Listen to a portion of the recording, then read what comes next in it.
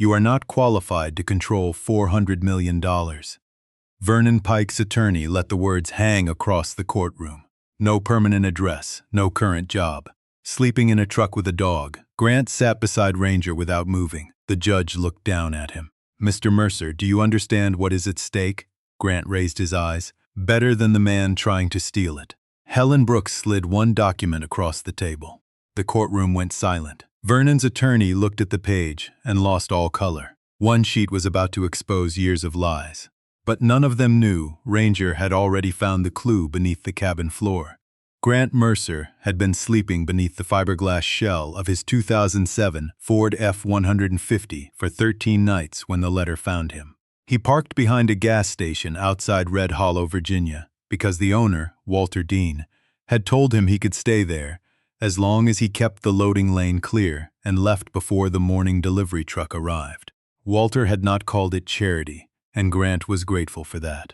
He had spent 15 years in the United States Army, most of them working logistics and field recovery, and he had learned that dignity was often protected by the smallest choices in language. Walter did not ask what had happened. He did not study Grant's worn boots, the folded blankets in the truck bed, or the black German shepherd who slept with one ear raised beside him. He only said, "Keep the place clean, don't block my drivers, and we'll have no trouble." Grant had kept his side of the agreement. Every morning before 6, he packed the blankets into a plastic storage bin, checked Ranger's water bowl, and pulled the truck onto the county road before the first employee arrived. Ranger sat upright in the passenger seat, watching the road with the steady concentration of an animal who had accepted each change without needing an explanation. He was 6 years old, broad-chested, dark-eyed, and trained well enough to respond to a hand signal Grant barely had to finish. More than once, Grant had thought the dog handled uncertainty better than he did. 3 months earlier, Grant had managed a warehouse for an agricultural equipment company near Danville. The work was not glamorous, but he understood it. Inventory came in, orders went out, damaged machinery was documented, and every problem had a place on a form. Then the company closed 2 regional branches with 11 days' notice. Grant's severance covered the final month of rent, 2 truck payments, and not much else. His divorce had been finalized the previous year. The apartment lease was in his name alone. By the time he admitted the numbers would not stretch far enough, he had already sold most of the furniture and packed his remaining clothes into military duffel bags. He had applied for jobs at freight yards, distribution centers, repair shops, and 2 county offices. He had experience, references, and a record without disciplinary marks. What he did not have was a fixed address. Some applications would not accept a post office box. Others required proof of residence before the first interview. Grant had begun to understand how quickly one missing detail could erase everything else a person had done. He had $380 left in checking, half a tank of gas, and enough dog food for 9 days. He counted all 3 each morning. Ranger gave structure to the hours. Walk at sunrise, water before food, search listings at the public library, check voicemail at noon, drive only when necessary. Grant had once coordinated supply routes across hundreds of miles with damaged radios and changing orders. Now he planned his day around free Wi-Fi, shaded parking, and whether the truck's air conditioning could be used without burning too much fuel. The humiliation did not arrive as one large feeling. It came in smaller pieces. Washing at a sink before anyone entered the restroom, folding his resume on the hood of the truck, pretending not to notice when strangers looked too long at the bedding behind the seats. Ranger noticed every change in him. When Grant became still for too long, the dog leaned against his leg with quiet weight, asking for nothing except presence. On Tuesday morning, Walter stepped out of the gas station carrying a white envelope.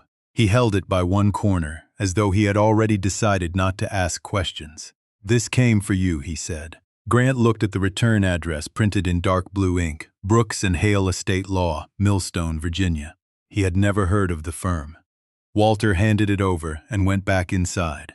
Grant opened the envelope beside the truck while Ranger stood close enough that his shoulder touched Grant's knee. The letter stated that Silas Reed Mercer had died at 84 and had named Grant as the sole heir to a cabin, 14 acres of land, and all property stored there. Grant read the name twice. Silas Mercer was his grandfather, A man his mother had mentioned only once and never kindly. Grant had not seen him, spoken to him, or received a card from him in 40 years. At the bottom of the page was a phone number and one sentence written separately from the legal text. Mr. Mercer left instructions that you must visit the property before receiving his final letter. Grant lowered the paper. Ranger sniffed the envelope, then looked toward him, waiting. For the first time in weeks, Grant was not thinking about gasoline, applications, or where they would sleep that night. He was thinking about a man who had ignored him for most of a lifetime and had somehow known exactly where to find him when he was gone. Grant called Brooks and Hale from the parking lot of the Red Hollow Public Library because the signal behind Walters Station cut in and out whenever trucks passed on the county road. The woman who answered introduced herself as Helen Brooks. Her voice was measured, neither warm nor distant, the voice of someone accustomed to delivering news people had not prepared to receive. She confirmed Silas Mercer had died 6 weeks earlier and that the property transfer required only Grant's signature. No mortgage, no unpaid taxes, no known lien against the land. Why me? Grant asked. Helen paused. Because your grandfather named you, she said. He updated the document every year for nearly 2 decades. Grant looked through the windshield at Ranger, who sat in the truck watching the library door. He never contacted me, I know. Then why leave me anything? That question belongs to him. He left you a letter, but I am not permitted to give it to you until you have seen the cabin. Grant disliked conditions attached to information. They reminded him of incomplete orders, the kind that forced a person to move before knowing what waited at the end. Still, he had nowhere else to be. 2 days later, he drove to Millstone with Ranger beside him, and every possession he still owned secured beneath the truck shell. Helen's office occupied the 2nd floor of a brick building above a pharmacy.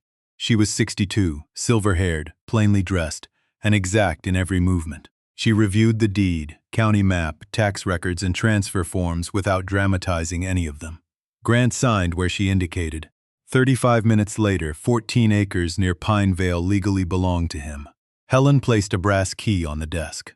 It was long, heavy, and darkened with age. Beside it, she set a hand-drawn map and a sealed envelope bearing Grant's name. The envelope stays with me until you return, she said. Silas was specific. He seems to have been specific about everything except speaking to people. Helen met his eyes.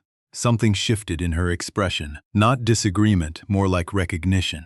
Yes, she said, that was one of his failures. The road to Pinevale narrowed after the last gas station, climbing through green ridges thick with oak, poplar, and mountain laurel.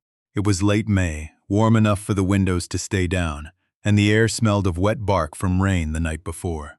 Ranger's head turned with every new scent. The final turnoff was marked by a leaning post with no sign. Grant followed the hand-drawn map onto a stone track barely wide enough for the truck. Branches brushed the mirrors. Water had cut shallow channels through the road, and twice he stopped to move fallen limbs. The track ended in a clearing bright with afternoon sun. The cabin stood at the far end, beneath 2 old oaks larger than Grant expected, 2 stories of dark timber with a deep front porch and twin stone chimneys. A narrow shed leaned against the west wall. Behind it sat a hand pump, an overgrown garden, and a low workshop with 3 shuttered windows. Nothing looked abandoned. The roof line was straight. The porch had not sagged. Firewood stood stacked beneath a lean-to, the upper rows dry and clean. Grant shut off the engine but remained behind the wheel. For 13 nights, home had meant wherever the truck stopped without being moved along. Now a building he had never seen waited in silence as if it had expected him. Ranger jumped down first. He crossed the clearing, slowed near the porch, and began working the air with his nose. Grant followed with the brass key in his pocket.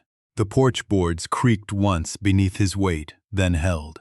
Ranger moved along the doorframe, stopped near the lower hinge, and scratched lightly at the wood. What is it? Grant crouched. Cut into the frame at knee height was one word, Mercer. The letters were deep, their edges softened by weather and time. Grant ran his thumb across them. His name had appeared on discharge papers, divorce documents, rejected applications, and envelopes returned because he lacked a reliable address.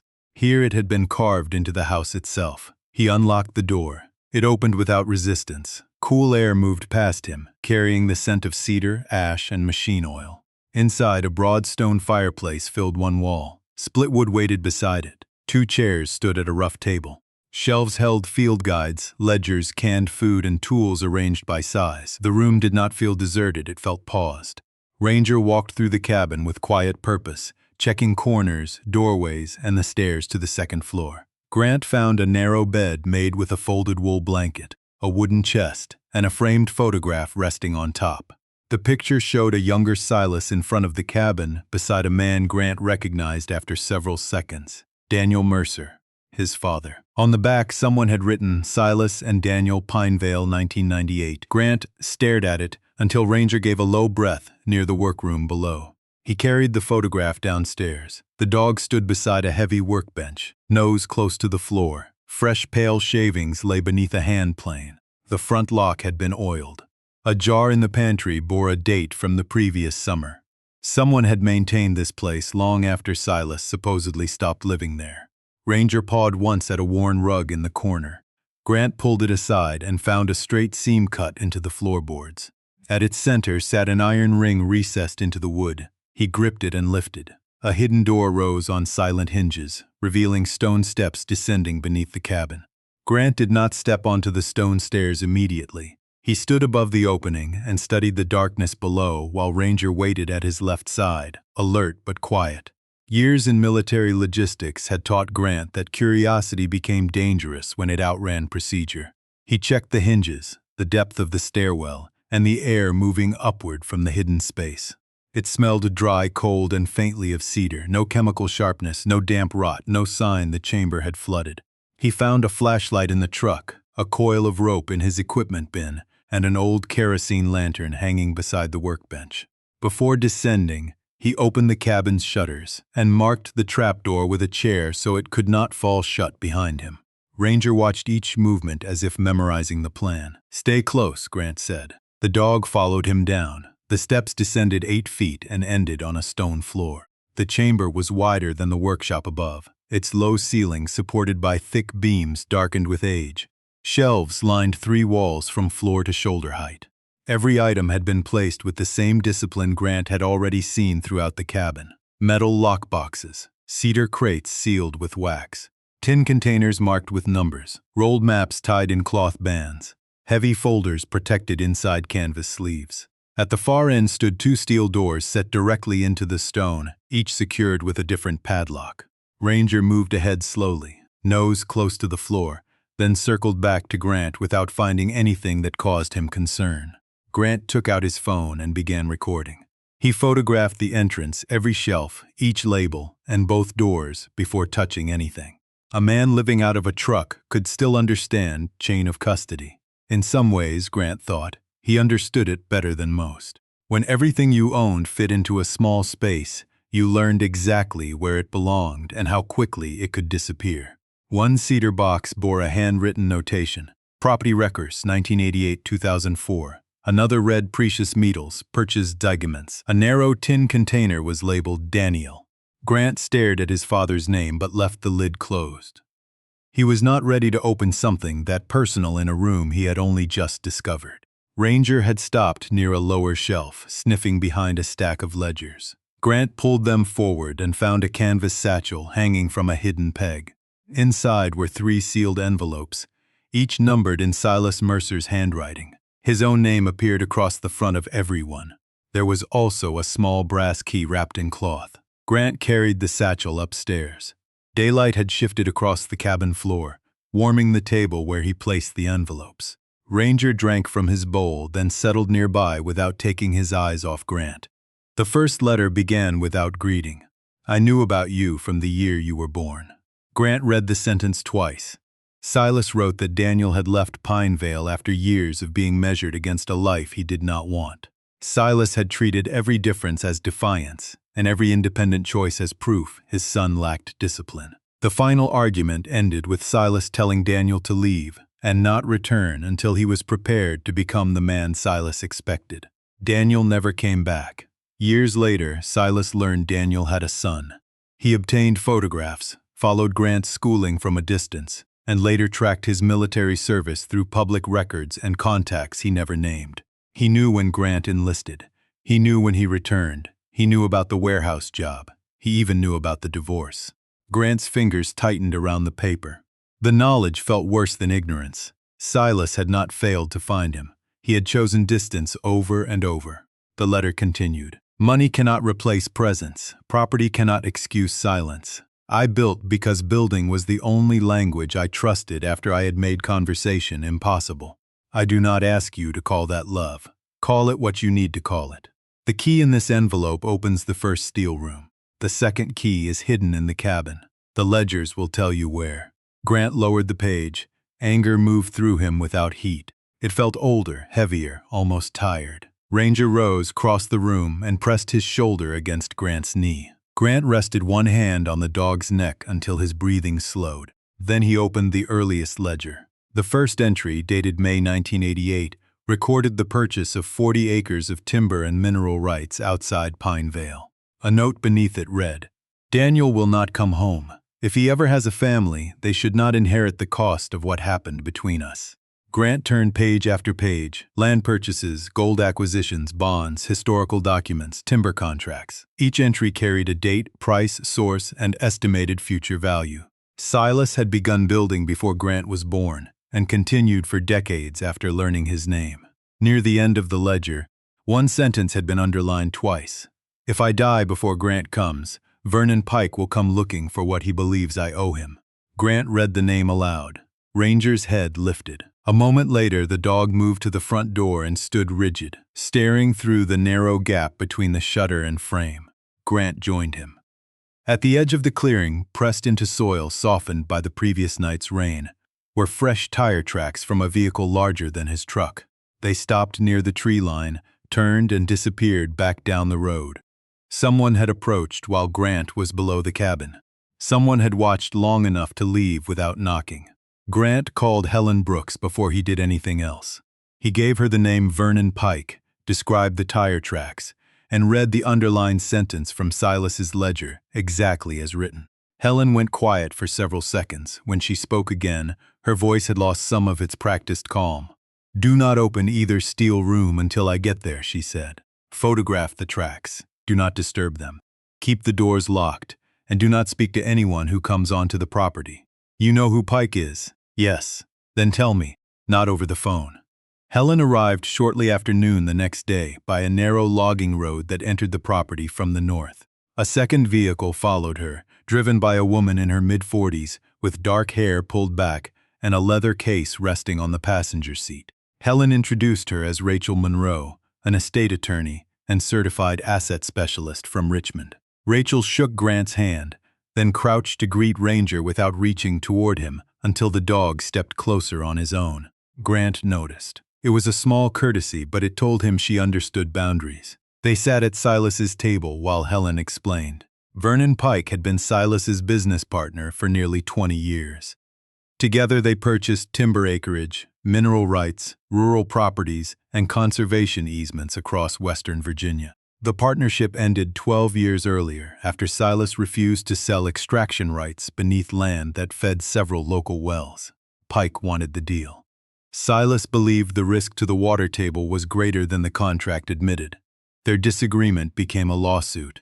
Pike claimed Silas had hidden valuable assets and used partnership funds for private purchases. The court found no proof. Silas kept everything he could document as separately owned.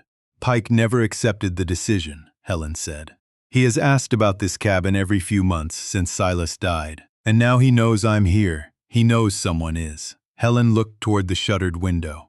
He may not know your full name yet, but he will. Rachel asked to see the chamber. Grant led them down with Ranger following behind. She moved through the room slowly, photographing labels and reading Silas's notations without opening anything at first. Then she established an inventory system. Every box received a number. Every seal was photographed before being broken. Every item was logged, described, and placed back exactly where it had been found. Grant assisted without being asked. He understood the rhythm immediately. Open, record, verify, close. The first metal box contained silver coins in protective sleeves, each matched to a purchase receipt. Another held gold certificates and old bonds. The cedar crates contained American folk art, antique glass, and small carved objects wrapped in acid-free paper. Canvas folders held land deeds, Mineral leases, timber contracts, and royalty statements. Nothing had been thrown together. Silas had prepared the room for scrutiny. By late afternoon, Rachel had examined less than half the shelves and already stopped twice to recalculate. "This is not a collection in the ordinary sense," she said. "It is a private archive tied to an investment estate." Grant stood beneath the low beams, watching her enter figures. "How large?" Rachel looked at Helen before answering. "Without the steel rooms and without specialist appraisal, I would place the documented assets between $240 and $280 million. Grant heard the number, but did not feel it. It seemed to belong to the room, not to him. His truck sat outside with the same worn tires. His checking account still held less than $400. Ranger still needed food by the end of the week. The distance between those facts and Rachel's estimate was too great to cross in one thought. Ranger moved to the far wall and began sniffing beneath a low cabinet. He pushed his nose behind it, then looked back at Grant. Together, Grant and Rachel shifted the cabinet forward. A thin metal tag lay in the dust. It carried a stamped number and the name of a commercial safe manufacturer. Behind it, wedged between the wall and cabinet, sat another ledger. This one covered the final 10 years of Silas's life. Near the back, Grant found an entry describing the key to the second steel room, hidden inside the hollow handle of the largest wooden plane in the workshop. They went upstairs. The plane hung above the bench, heavier than the others, its handle capped by a small brass screw.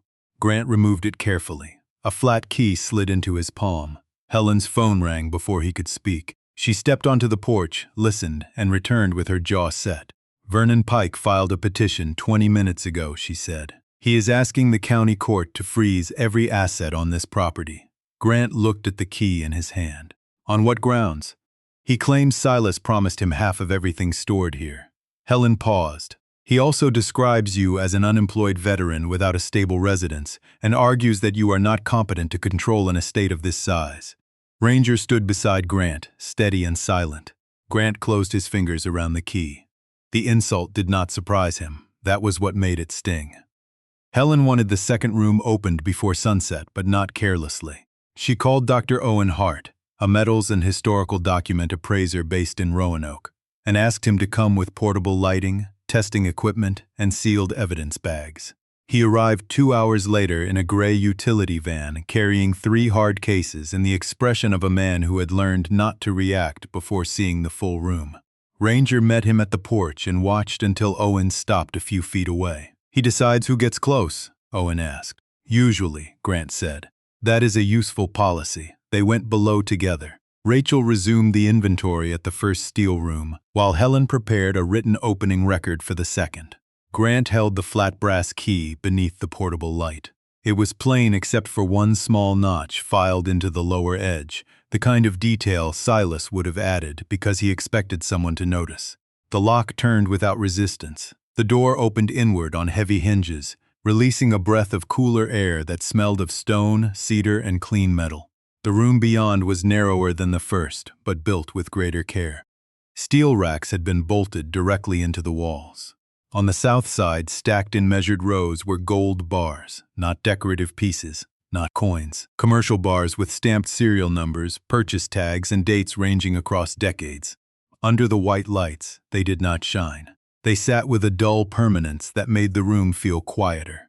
Owen stepped inside, counted twice, checked dimensions, and selected 1 bar for non-invasive testing. 220, he said after several minutes. Assuming standard weight and verified purity, close to 50 million at current value. Grant looked at the wall and felt nothing that resembled excitement. He thought of the truck outside, the folder of rejected applications behind the passenger seat, and the way people had spoken to him when they believed he had nowhere else to go. Money had not changed any of those memories. It had only made the contrast harder to ignore. Ranger moved past him and sat near the doorway, keeping the room and the stairwell in view. The other shelves held sealed cases of early American coins, old railroad securities, mineral deeds, conservation contracts, and royalty agreements tied to land across 3 counties. Several containers held historic craftwork and native artifacts, each paired with acquisition records and notes identifying the institution Silas believed should eventually receive it. Owen opened one folder, and read for several minutes before looking up. He knew the difference between owning something and being responsible for it. He said, "That is rarer than people think." At the center of the floor sat a square safe fitted flush into the stone. The combination appeared in the second letter Grant had not yet read. He opened it at the table upstairs while the others continued documenting. Silas's handwriting had grown less steady, but the message was direct. The first number was the year he purchased his first investment property, 1988. The second was the year he learned Grant had been born, 1985. Grant returned to the room and entered the sequence exactly as instructed. The safe opened with a low mechanical release. Inside were bundles of cash, tax records, trust documents, and a row of envelopes addressed to museums, universities, archives, land conservation groups, and a veterans support organization in Western Virginia. Each envelope contained transfer instructions, authentication records, and a short explanation of why the item belonged there. Helen reviewed the papers while Rachel continued adding figures. Mineral royalties had accumulated in escrow for years. The conservation easements carried tax value. Several securities had appreciated beyond Silas's estimates. By early evening, Rachel wrote the preliminary total on the bottom of the inventory sheet, $430 million, rounded down until specialists completed the remaining appraisals. Grant sat on the lowest stone step because his legs no longer felt fully reliable. Ranger came to him at once and placed his head across Grant's knee. Grant rested one hand between the dog's ears and stared at the figures. 13 nights earlier, he had calculated whether $400 could last until another interview. Now a dead man's silence had become an estate large enough to alter towns, institutions, and lives. The thought did not feel like victory. It felt like responsibility arriving all at once. "They saw the truck," Grant said quietly. "They saw where I slept and decided that was the whole story." Helen looked at him but did not answer. She understood he was not speaking only about Vernon Pike. Before anyone could continue, Ranger lifted his head. His ears turned toward the ceiling. A moment later, the distant sound of an engine carried through the cabin floor. It grew louder, steady and deliberate, then stopped in the clearing. Grant rose and went upstairs. Through the narrow gap in the shutter, he saw a black SUV parked near the porch. Vernon Pike stepped out wearing a pressed field jacket and polished boots. A younger man followed with a briefcase. Ranger stood beside Grant without barking, his body still and ready. Helen came up behind them, saw the vehicle, and said, "Do not give him the argument he came here to create." Grant kept one hand near Ranger's collar. Outside, Vernon looked toward the cabin as though he had finally reached something he had been waiting years to claim. Grant opened the front door before Vernon Pike could knock. Ranger sat at his left side, alert but controlled, his eyes fixed on the two men crossing the porch. Helen stepped forward and took position beside Grant. "Mr. Pike," she said, "you are standing on private property." Vernon stopped 2 steps below them. He was in his late 60s, broad through the shoulders, with a face reddened by years of sun, and the habit of expecting people to move when he approached. The younger man beside him introduced himself as Martin Shaw, counsel for Vernon Pike Holdings. He carried a leather briefcase that looked untouched by the mud on the road. "We are here to deliver notice," Martin said. Helen held out one hand. "You can deliver it from there." Vernon looked past her into the cabin. His attention moved across the workbench, the shelves, and the open doorway leading toward the hidden chamber. "Silas and I built that estate together," he said. "Whatever he hid here was never his alone." Grant felt Ranger's body tighten slightly beside him. He placed 2 fingers against the dog's collar, not to restrain him, only to remind both of them what discipline looked like. "The court already decided that," Helen said, 12 years ago. Vernon smiled without warmth. "The court decided what Silas allowed it to see." Martin opened the briefcase and removed a folded document. He said it was a written agreement from 2004, signed by Silas, promising Vernon half of all assets held at Pinevale in exchange for capital invested during their partnership. Helen accepted the copy by its edges and read without changing expression. "This will be examined," she said. "Until then, you have no authority to enter the cabin or interfere with the inventory." Vernon shifted his attention to Grant. "You understand what you are involved in?" Grant said nothing. "A few weeks ago you were sleeping in a truck. Now you think one deed makes you capable of handling $400 million. The words were chosen carefully, not loud enough to sound unstable, sharp enough to invite a response. Grant recognized the tactic. Vernon had not come to persuade him. He had come to make him angry in front of witnesses. A cabin did not make me capable, Grant said. And sleeping in a truck did not make me incapable. Vernon studied him, searching for a weaker place to press. Helen stepped between them. This conversation is over. She pointed toward the vehicle. Leave the property. Martin touched Vernon's arm lightly. After several seconds, Vernon turned and walked back to the SUV. Before getting in, he looked toward the cabin once more, not with surprise or fear, but with the resentment of a man who believed patience had finally entitled him to ownership. The vehicle disappeared down the track. Grant waited until the engine could no longer be heard. Only then did he let out the breath he had been holding. Ranger leaned against his leg. Helen looked at the paper in her hand. He wanted you to threaten him, she said. You did not. I wanted to. That is different. They moved quickly. Helen sent the document to a forensic examiner in Richmond. Rachel completed the inventory while Owen sealed the bullion records and verified serial numbers. Grant copied every photograph to 2 encrypted drives and wrote a log of the visit, including the exact time Vernon arrived, what he said, and when he left. Ranger later led Grant to the northern edge of the clearing, where he found a small trail camera strapped behind a tree and angled toward the cabin. Grant did not touch it. He photographed the placement, marked the coordinates, and called Helen. The memory card, once legally recovered, showed repeated visits by Vernon's vehicle during the week before Grant arrived.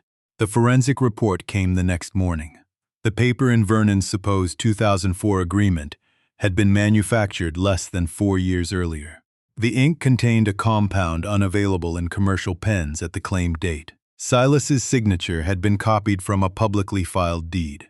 Even the company name listed in the agreement was wrong. The business had operated under a different legal name until 2009. The hearing took place 3 days later in Millstone County Court. Vernon's attorney described Grant as unemployed, financially unstable, and inexperienced with complex assets. Helen answered with records. Grant's military logistics evaluations, his warehouse management history, his documented handling of the cabin, the complete inventory, the authenticated will, the forensic analysis of Vernon's paper. Judge Elaine Porter read the report in silence. Then she looked at Martin Shaw. You are asking this court to freeze a lawful inheritance based on a document created within the last 4 years and represented as 20 years old. Martin began to explain. The judge raised one hand. The petition is denied. The document will be referred for further review. Vernon's face changed, but he remained seated. Grant watched without satisfaction. He felt only relief, and beneath it, a clearer understanding of what Silas had meant by letting Helen handle men who mistook courtesy for weakness. Outside the courthouse, reporters gathered near the steps. One called out, "Mr. Mercer, how does it feel to go from living in a truck to controlling more than $400 million? Grant stopped beside Ranger. He looked at the microphones, then at the people waiting to decide what kind of man the answer would reveal. Grant looked at the microphones, then at the courthouse doors behind him. Ranger stood close enough that the side of his body touched Grant's leg, steady as ever, unaware that the people gathered on the steps had suddenly decided the man beside him was worth listening to. I am the same person I was when I slept in that truck, Grant said. The number changed how people look at me. It did not change the person they were looking past. No one spoke for a second. Then the questions started all at once. Grant did not answer another one.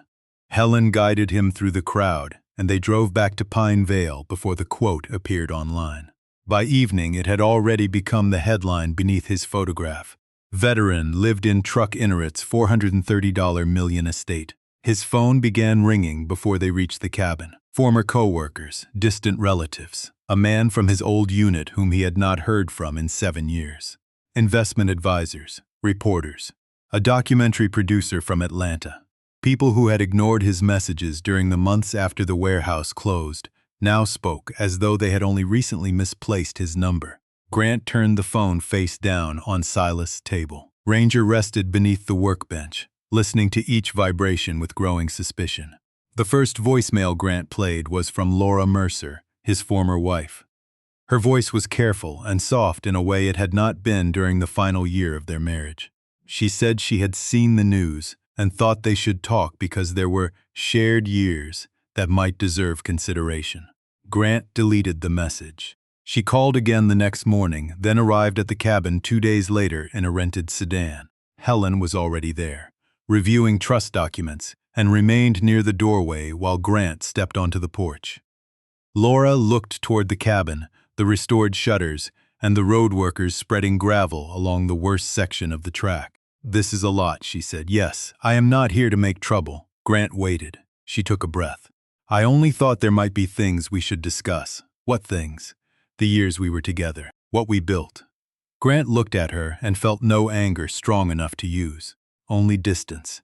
"What I needed when I lost the apartment was a call asking whether I had somewhere safe to sleep," he said. "Now I do not need a call asking what I plan to do with money." Laura lowered her eyes. For once, she did not argue.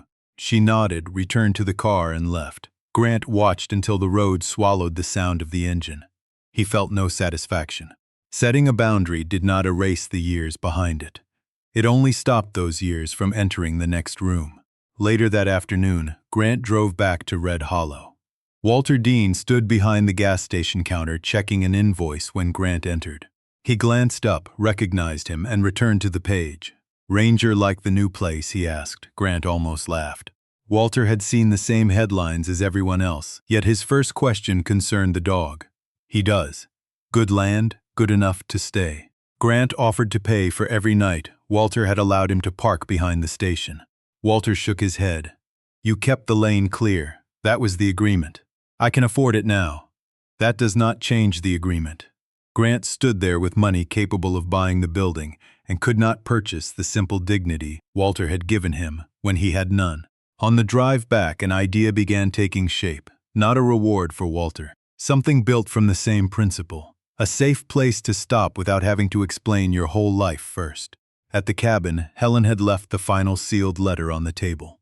Grant opened it after sunset. Silas wrote that he had spent most of his life trusting stone, land, and metal because they could not reject him. He admitted he had built walls long after they stopped protecting anyone. The final paragraph read, "I used what I had to close myself away. If you can do better, use what remains to open a door." Grant sat with the letter until the room darkened around him. Then he found a clean sheet of paper and wrote Mercer Ground Foundation across the top. Beneath it, he added one sentence. "No person should be treated as useless because life has temporarily left them without a home." Ranger rose, came to the table, and rested his chin beside Grant's hand. Grant looked at the words again. For the first time since the letter arrived behind Walter's gas station, the inheritance felt less like something he had received, and more like something he had been asked to carry forward. Grant did not create the foundation by writing a check and attaching his name to a building. He began with questions. Who would control the money after he was gone? How could the work continue without becoming dependent on one person's judgment? What kind of help preserved dignity instead of forcing people to perform their hardship for strangers? Helen brought in a nonprofit attorney from Richmond and an independent financial advisor who had spent 20 years managing charitable trusts. Rachel remained responsible for the estate inventory. Owen Hart agreed to advise on historical transfers, but refused a permanent board position, saying expertise was most useful when it could still challenge the people paying for it. Grant respected that. They met at Silas's table for 6 long days. Ranger lay beneath the window, lifting his head whenever voices sharpened. Grant insisted the estate be divided by purpose. A protected investment fund would generate annual income. A separate reserve would cover emergencies. Mineral royalties would support programs in the same counties where the rights were located. The forests surrounding Pine Vale would remain intact under a conservation agreement. Every grant, salary, contract, and transfer would be audited and published. If this becomes private power with a charitable label, Grant said, then I have only rebuilt the same walls in a different shape. The first program addressed housing. Grant knew how one missing address could close every door behind it. The foundation would provide short-term rent support, security deposits, mail service, transportation vouchers, and help replacing documents lost during displacement. Applicants would not write essays describing the worst moments of their lives. They would complete one page, identity, need, immediate goal. Helen asked how they would prevent fraud. Verify the facts, Grant said. Do not test whether someone can sound desperate enough. He wrote the program's rule in the margin of the draft. Confirm need. Never measure worth. The second program focused on veterans moving from military work into civilian jobs. Grant had seen capable people reduced to vague resume phrases because employers did not understand what their experience meant. The program would translate military skills into recognized certifications in logistics, maintenance, forestry, equipment repair, warehouse operations, and skilled trades. It would fund training without pretending every veteran needed to become an executive or public speaker. Useful work was enough. Stability was enough. The third program grew from Ranger. Grant rejected suggestions to make the dog the public face of the foundation, but he approved funding for trained companion dogs, veterinary care, and handler education. The dog is not a cure, he told the board. The responsibility matters, the routine matters, the presence matters. Ranger opened one eye at the sound of his name, then went back to sleep. The final program concerned the collection beneath the cabin. Specialists contacted museums, universities, archives, and cultural organizations named in Silas's envelopes. Each object would be reviewed for ownership history, cultural significance, and proper destination. Grant required written acknowledgement from every institution explaining how the material would be preserved and interpreted. He had learned enough to understand that legal possession did not settle every moral question. Some things carried histories larger than the person who bought them. During the third week, Walter Dean came to Pine Vale after Grant asked him to inspect plans for a secure overnight parking area near Red Hollow. Walter studied the drawings, asked practical questions about lighting, restroom access, drainage, and whether people would be allowed to keep animals with them. They should, Grant said. A lot of people will choose the dog before the shelter. Walter nodded as if this confirmed something he already knew. The parking site would include mailboxes, charging stations, showers, lockers, and a small office staffed by people trained to help without treating every visitor like a problem to be managed. Grant offered to name the site after Walter. Walter refused before he finished the sentence. Name it after what it does. They settled on open ground. The first board meeting ended after midnight. Helen gathered the drafts. Rachel closed the final asset ledger. Grant remained at the workbench, reading the Foundation's mission statement, while Ranger wandered toward a low cabinet near the west wall. The dog sniffed along its base, paused, then scratched once at the wood. Grant moved the cabinet and found nothing behind it. Ranger returned to the front, pushed his nose beneath the lowest drawer, and exhaled sharply. Grant removed the drawer. Its bottom was thicker than it should have been. A narrow brass latch released a false panel, revealing a thin black ledger wrapped in oilcloth. No inventory number, no financial label. Only 2 words written across the cover in Silas' hand. For Grant. Grant held it without opening. The Foundation documents lay across the table, proof of what he intended to build. The ledger felt different. It carried no promise of money. Whatever Silas had left inside it had been hidden more carefully than the gold. Grant opened the black ledger the next morning. He had waited until daylight because some truths he had learned felt different when read in a room with open shutters. Ranger lay near the workbench, chin on his paws, watching without appearing to watch. The first page held no account numbers, no property descriptions, no values. Only a date and one sentence in Silas's hand. I saw Grant for the first time and did not let him see me. Grant read on. Silas had attended his high school graduation from the far edge of the parking lot. He had driven to Fort Lee after learning Grant had completed advanced logistics training, then turned around before reaching the visitor gate. He had once sat outside the warehouse where Grant worked and watched him help a driver secure a damaged load. He had followed from a distance, because distance allowed him to feel connected without risking rejection. The ledger recorded each failure with the same precision Silas had used for gold and land. Date, place, reason for going, reason for leaving. In one entry, Silas wrote that he had learned Grant's marriage had ended. He drove halfway to Danville, stopped at a diner, and returned to Pine Vale because he did not know what a man who had been absent for decades was permitted to say. Another entry noted the warehouse closure. Silas had called Helen the following morning and instructed her to prepare every document required for a fast transfer if Grant's circumstances worsened. He had known, not every detail, but enough. Grant closed the ledger and pressed both palms against the workbench. The anger arrived cleanly this time. Not confusion, not shock. Anger at the miles Silas had traveled only to turn back. Anger at the years when one knock, one letter, or one honest sentence might have mattered more than everything beneath the cabin. Ranger stood and came to him. Grant rested a hand on the dog's shoulder, but did not look down. He built an entire vault because he could not walk to a front door, he said. Helen arrived before noon to review foundation documents. Grant placed the ledger in front of her. She read several pages without defending Silas. When she finished, she closed the cover carefully. A good act done late does not erase an earlier failure, she said. Then what am I supposed to do with it? Nothing you do not choose. Helen met his eyes. Understanding him is not the same as excusing him. Accepting the estate does not require you to admire the man who left it.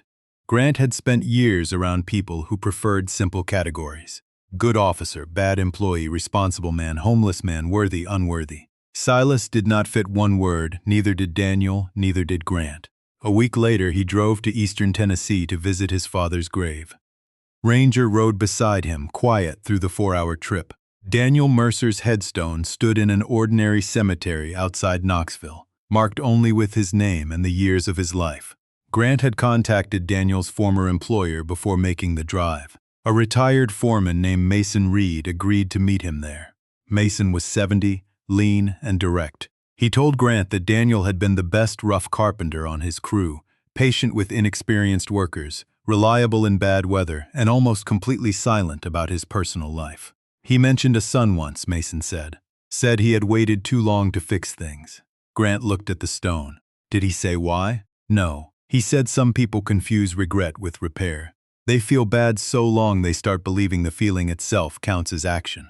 The words stayed with Grant after Mason left. Silas had accumulated. Daniel had withdrawn. Both men had felt regret. Neither had taken the direct road. Grant stood at the grave until the afternoon light shifted across the grass.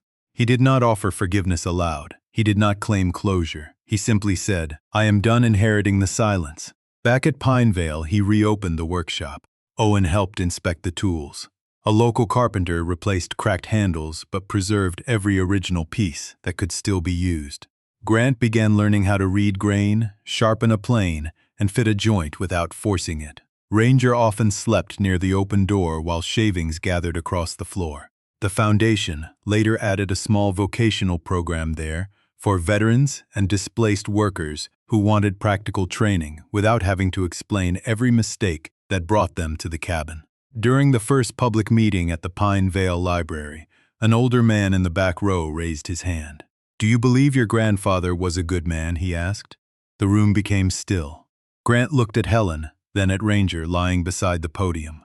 He thought of the vault, the empty parking lots, the unopened doors, and the names Silas had preserved for people he never had the courage to face. "I think he did some things that were right," Grant said, "and some things that caused harm he could not undo. I do not need to call him good to use the good he left behind."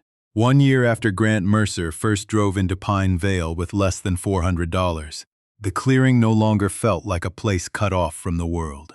The cabin remained the same dark timber structure beneath the old oaks, but the road had been repaired, the well restored, and the workshop reopened.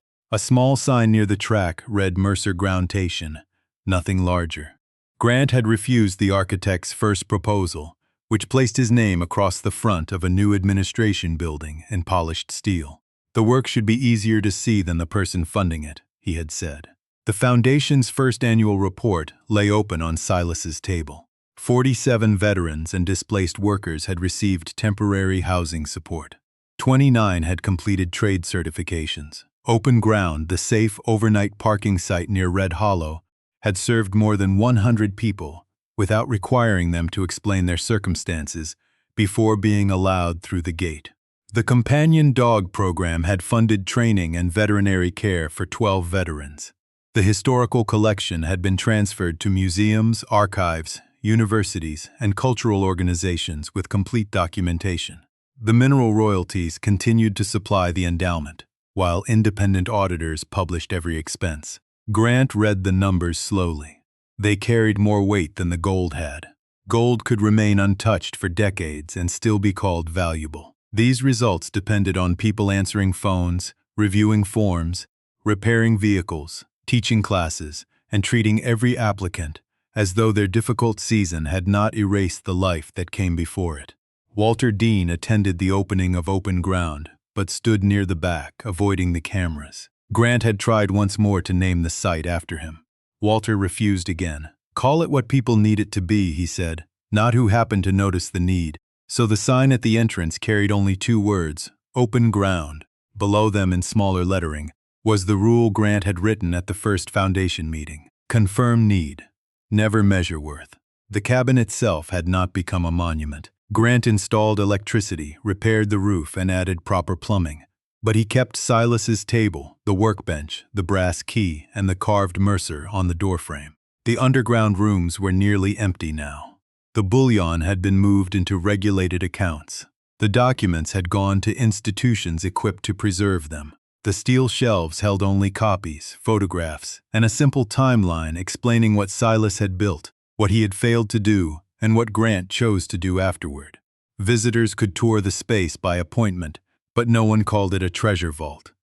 Grant called it the consequence room. It showed what patience could create and what silence could cost. On a warm evening in early fall, Grant sat at the workbench reviewing one final application. The man requesting help was a former Army mechanic named Thomas Avery, recently laid off after a plant closure. He had been sleeping in an aging SUV with an elderly dog and using a rented mailbox to complete job applications. His form included an apology beneath the address line. "Sorry, I cannot provide a permanent residence yet." Grant stared at the sentence longer than the rest. He remembered the library parking lot, the rejected applications, and the way strangers had looked through the windows of his truck and decided they understood him. He approved the housing deposit, vehicle repair, and certification fee, then called Thomas himself. The man answered cautiously. "Mr. Avery, this is Grant Mercer with Mercer Ground. I know my application is incomplete," Thomas said quickly. "The address situation. An address tells me where to send a letter," Grant said. "It does not tell me what kind of man you are." Silence held the line. Then Thomas released a breath that sounded as though he had been carrying it for months. After the call, Grant closed the laptop and stepped onto the porch.